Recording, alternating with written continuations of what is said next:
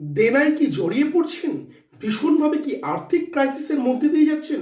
অনেক চেষ্টা করার পরেও কি আপনার অর্থনৈতিক কোনো ডেভেলপমেন্ট হয়নি?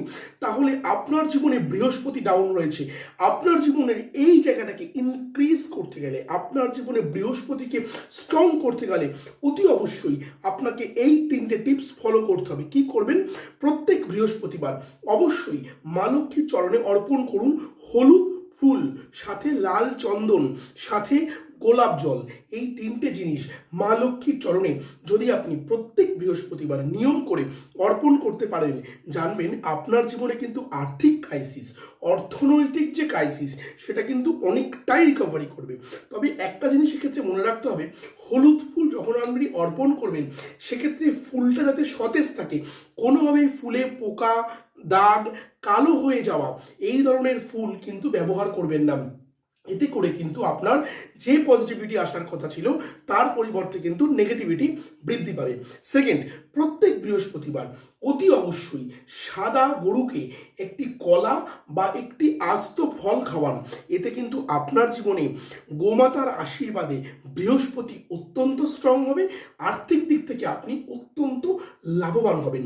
তবে মনে রাখতে হবে, কলা বা গোটা ফল যেটাই খাওয়ান না কেন, সেম কথা বলবো, সেটা যেন সতেজ অর্থাৎ ভালো থাকে। কোনোভাবে দাগ ধরা বা একটু কাটা বা ফাটা এই ধরনের কোনো ফল কিন্তু খাওয়াবেন না। তাহলে সেম কথা, নেগেটিভিটি কিন্তু আপনার জীবনে ক্রমশই বাড়তে থাকবে। এই টোটকা করার ফলে যে পজিটিভিটি আপনার আসার কথা ছিল তার পরিবর্তে কিন্তু নেগেটিভিটি ক্রমশ বৃদ্ধি পাবে। তাই অতি অবশ্যই এই জিনিসটা কিন্তু আপনাকে মাথায় রাখতে হবে। লাস্ট যে টিপসটা বলবো, এটা কিন্তু অত্যন্ত গুরুত্বপূর্ণ। এই টিপস যদি আপনি নিয়ম করে মাত্র 6টা মাস পালন করতে পারেন, আমি ঋষিরাজ শাস্ত্রী, আমি আপনাকে বলছি আপনি 100% আপনার অর্থনৈতিক জায়গায় ডেভেলপ করবেন।